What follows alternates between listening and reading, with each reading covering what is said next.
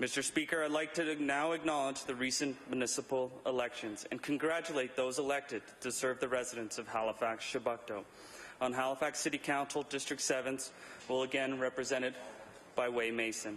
The residents of District 8 have elected Lindell Smith, the first African Nova Scotia City Councillor to serve in 16 years for District 9. And District 9 is now represented by Sean Cleary. Lindell Smith and Sean Cleary have committed to continuing the participatory budget process first introduced by Halifax by Way Mason upon his election in 2012. This is an amazing effort, and I commend Councillor Mason for introducing it to our city.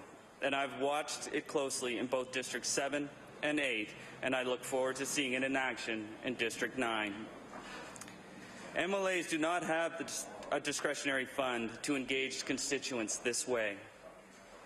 But the whole project got me thinking about how could I engage constituents in a similar manner. Together with some volunteers from the community, I developed the Democracy in Action Plan.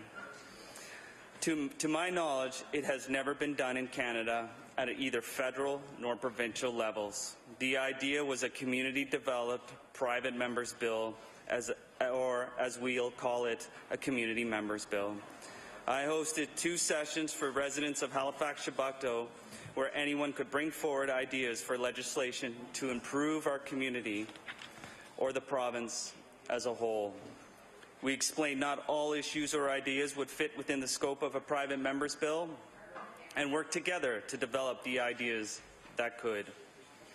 Working through this project behind the scenes has proven interesting as well. We hope to proceed with policy changes that represent the ideas that were presented, and that I'm proud of that. I will continue to engage residents and work towards building a better democracy for Halifax-Chebucto. The ideas that came forward were nonpartisan, Mr. Speaker. We had people in attendance who vote for different parties. The ideas brought forward covered everything from electoral reform to changes to the Motor Vehicle Act. There were ideas that would benefit families, the environment, creative communities, and the poor. And I'm currently working with government to advance one of these ideas when the time comes. And at that time, I will ask the House to do as Halifax-Chebucto community did, to come together and endorse a good community idea.